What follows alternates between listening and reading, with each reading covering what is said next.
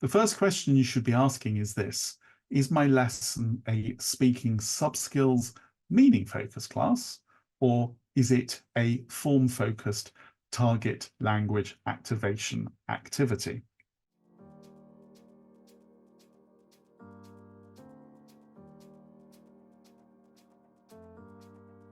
Hi, I'm Hedvig from Gallery Teachers. Welcome to our channel.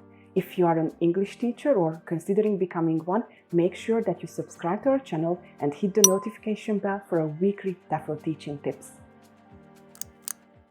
So in deciding what to do at the planning stage, the first thing you need to consider is the kind of lesson that you are going to teach. Are you teaching a grammar or a vocabulary class in which your focus is on your students' mastering of a particular structure or maybe a lexical set, and which towards the end of the lesson you want them to activate through some kind of oral activity? That's an entirely valid use of a speaking segment. The students are activating their language. And that is what we might call a form-focused approach to language teaching. We need to know that that is our outcome at the planning stage, because that enables us to decide how do we get to the point where the students are ready for that speaking segment at the end. However, and this is, I think, what teachers do less often, we also need to make sure that our students have direct teaching and practice at communicating with one another, meaningful communication skills, or what might be described in the literature as meaning-focused interaction. For example, you might set up a lesson asking the students to decide items of clothing that are useful for different particular contexts. It might be a sports person climbing a mountain, or a young person going on holiday with their friends, or an elderly person going out to do the shopping. Now, in order to do that communicative, meaning-focused task, your students are going to need, obviously, the vocabulary and some language, but they're also going to need particular speaking sub-skills. If it's a discussion in a group of 3 or 4 students, they're going to, for example, need to know how to give an opinion, express that opinion, justify it.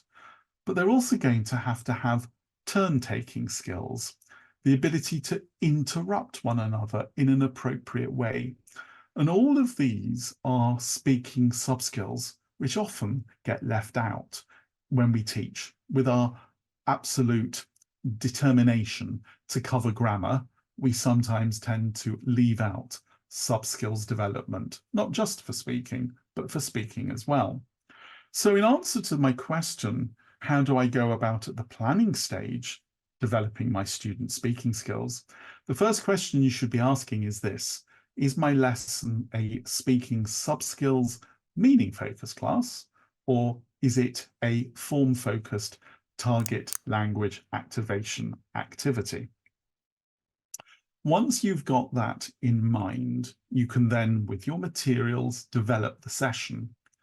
But what happens at the end of the session should be congruent with the kind of lesson that you're teaching.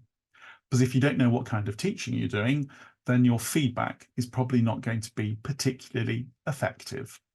So in answer to the question, what should I be doing at the different stages, which we explore in this masterclass in terms of what happens with clear instructions, where you decide to sit whilst the speaking activity is taking place, for example, we also need to consider carefully what feedback we give or feed forward at the end of the session, and what is its purpose, and most importantly, in my view, how does it align with the learning objectives? Quite a lot to think about there. Planning speaking segments and sessions, what we do at the beginning, the middle, and the end. Do you agree or disagree with what I've said? What do you do to ensure success in your speaking lessons.